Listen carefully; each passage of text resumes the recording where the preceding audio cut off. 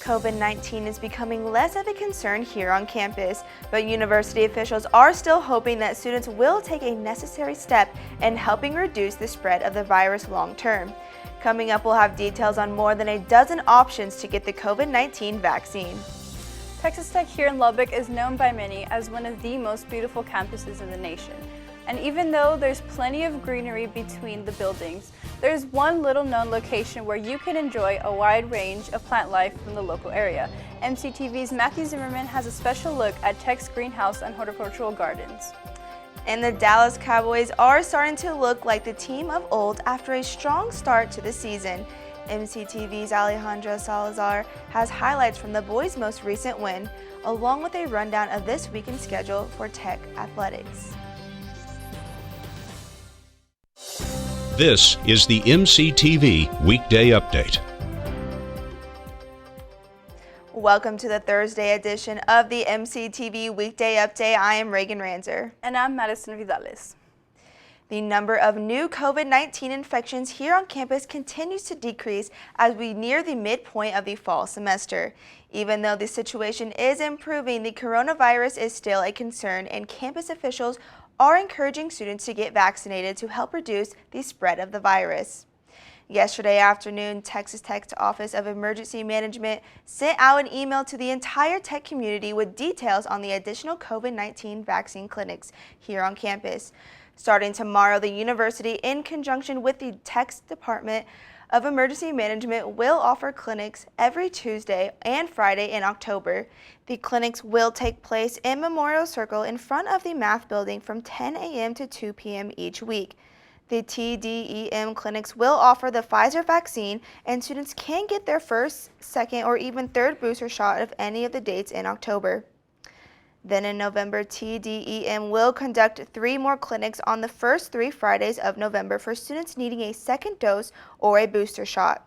The last of the clinics will take place on Friday, November 19th, which is the last Friday before Thanksgiving break.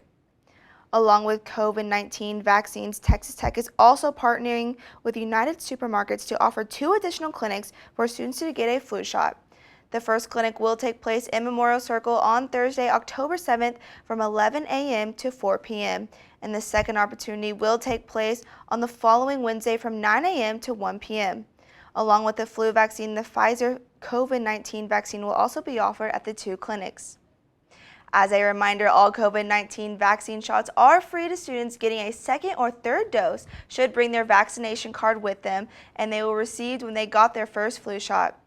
Flu vaccines are typically free, but anyone attending the flu shot clinics will need to fill out paperwork with information regarding their insurance provider before getting the shot. In other news, it's been a busy week here at Texas Tech with more than a dozen events happening around campus. And one option on this week's schedule gave students the chance to learn about the challenges faced by a unique group of Red Raiders. Student Disability Services hosted the annual Deaf Bingo event last night in the Wall Gates Residence Hall lobby.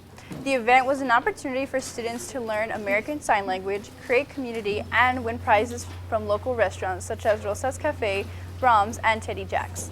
Deaf Bingo is a long-running event here at Texas Tech, and SDS continues the tradition with hopes of creating some common ground between students with and without disabilities. To give an opportunity for students to come together that might be deaf, or they may be hearing impaired, or the hearing students, and they can all come together and play together. Wednesday's Deaf Bingo was one of 3 events that SDS is hosting this week on campus. The final event of the week is taking place during tomorrow's First Friday Art Trail. A creative abilities exhibit will be on display in the Ice House Gallery at the Louise Hopkins Underwood Center for the Arts.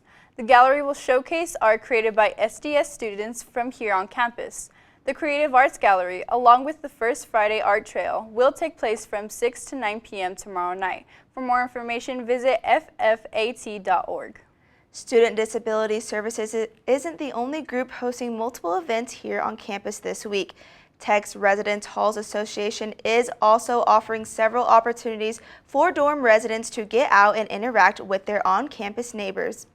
On Tuesday, RHA hosted a Tie-Dye Tuesday event for Say Hey RHA Week. Students were given Say Hey RHA shirts along with several colored tie-dyes that they could use to create a unique keepsake. Say Hey RHA is a week-long event that the Residence Hall Association hosts to help students learn more about the group offers for students living on campus. Our biggest goal for the event is to really get people to understand the importance of RHA and what we do.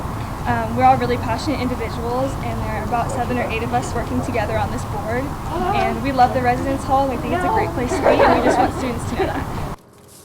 Along with Tuesday's tie-dye activity, RHA also held a Cutting Back Your Carbon Footprint event on Monday and also co-hosted last night's Deaf Bingo event with Student Disability Services. Say Hey RHA Week is scheduled to continue tonight with Theater Thursday at the Urbanoscopy Park Alpha Theater. RHA will be screening 10 Things I Hate About You starting at 7:30 p.m. Weather permitting. For updates on tonight's event as well as info on future activities, you can follow TTU RHA on Facebook, Twitter, and Instagram. Speaking of the weather, it looks like the South Plains might finally be getting some significant rain after weeks of dry conditions. Drought conditions across the Lubbock area have increased within the last month after we saw higher than normal rain totals during the midsummer months. That is true, Madison, but over the next couple of days, the area could actually reverse the effects of the lack of rain as thunderstorms return to the area. Let's take a look at the MCTV's forecast. The MCTV's tower cam is showing overcast skies this afternoon after starting the day off partly cloudy skies most of the morning. But since then, a storm front has started to move in that should create wet conditions later today. Regional radar is showing a line of storms moving up from the south, and several isolated thunderstorms have also started to pop up around the South Plains. By late afternoon, those storms will move into the Lubbock area, bringing showers to campus that could continue through the evening. The storm system also caused a drop in temperatures, with only high expected to reach the low 80s today. Tonight's storms are expected to continue in tomorrow's, with the rain chances sticking around the forecast onto Friday's night. The rainy weather will also keep temperatures cool over the next few days, with highs in the 70s tomorrow and Saturday. On Saturday, our rain chances should end, but we will see some leftover clouds in the area through most of the day. And looking ahead, temperatures should warm up back into the 80s on Sunday, and from there, mild conditions are forecasted to stick around next week. With this weekend's chance of rain, gardeners around the hub city should enjoy one last chance to see the fruits of their labor before temperatures begin to drop later this month.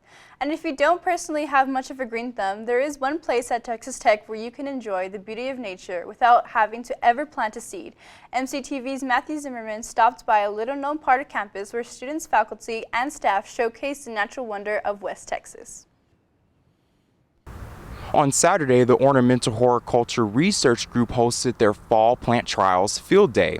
Now, if you look behind me, this area may just seem like an open space for bushes and shrubberies. On the contrary, it's actually the Texas Tech Greenhouse and Horticultural Gardens, a place filled with plant and outside life for anyone and everyone to enjoy.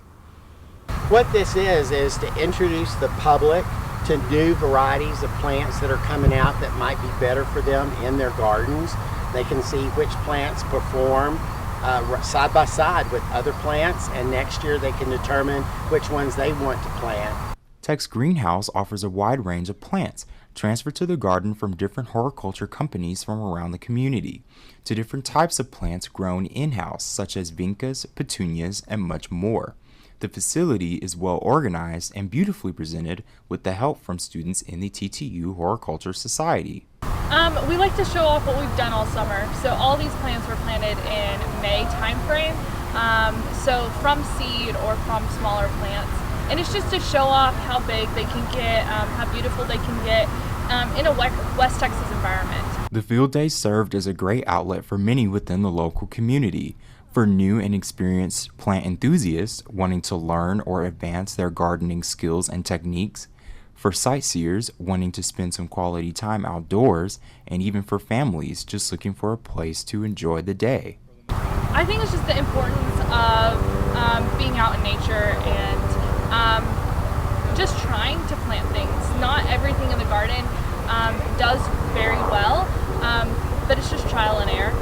Visitors have the opportunity to spend some quality time outdoors, all while taking part in the event festivities, from taking a tour to picking out your favorite types of plants to watching the butterfly release and much more. You get a lot from coming to an event like this. Not only do you get to have a beautiful day out in West Texas where the weather is just absolutely perfect, but you get to see all kinds of pollinators. So you get to see butterflies. We are even doing a butterfly release this year. You get to see all kinds of birds. We have finches that are feeding over on the sunflowers that are behind me. We have a wildflower garden over here to the right, and all kinds of pollinators are in there. Anyone interested in stopping by the garden can do so at any time. The garden is open to the public every day of the year. You get to meet other people who are interested in being outdoors and working with plants, other horticulturists or people that are wanting to experiment with growing different plants. And so it's very beneficial. Plus, we all just need to get out where we can see each other every now and then, and an outdoor friendly environment is probably the best way to do that. For more information about future events, you can visit the Department of Plant and Soil Science website. You can also access information through their social media page on Instagram at Kasner Horticulture Society. For MCTV, I'm Matthew Zimmerman. Texas Tech Athletics is gearing up for another busy few days with 3 teams in action from today through the end of the weekend. But unlike most weeks, you'll need to be near a TV, computer, or mobile device to watch the Red Raiders in action. MCTV's Alejandra Salazar joins us now with all the details. Alejandra? Thanks, Madison and Reagan. Starting off with Texas Tech soccer, the ladies head down to Waco to play their 3rd Big 12 match against Baylor tonight. Both Baylor and Tech are 2-0 in conference, so this will be a match you won't want to miss. First touch will be at 7 p.m. and you can watch the game on Big 12 Now on ESPN+. The team will then continue on to play the Texas Longhorns on Sunday in Austin at 1 p.m. It will be available on the Longhorn Network, but you can also stay updated with all the stats and scores by visiting texastech.com. Moving along, the volleyball team will also be making their way down to Baylor as they're looking to get their first conference win. Tech will take on the Bears in Waco tomorrow and Saturday at 6 p.m. Coverage of both games will be on ESPN+. The Texas Tech football team will head into the weekend on the road again, but this time with a new QB1. Utah State transfer Henry Colombi will be looking to lead the Red Raiders to a conference win against West Virginia this Saturday in Morgantown. Kickoff will be at 2:30 p.m. with coverage on ESPN2. In the NFL, the Dallas Cowboys walked away with a 41-21 victory over the NFC East rival Philadelphia Eagles on Monday night. Dak Prescott threw for 3 touchdowns in his first home game since the devastating ankle injury he suffered last season. The Eagles' defense couldn't keep up with running backs Ezekiel Elliott and Tony Pollard as Elliott delivered 116 yards from scrimmage with 2 touchdowns, and Pollard adding 60 yards of his own. Tight end Dalton Schultz also had his first breakout game of the season with 80 yards and 2 touchdowns.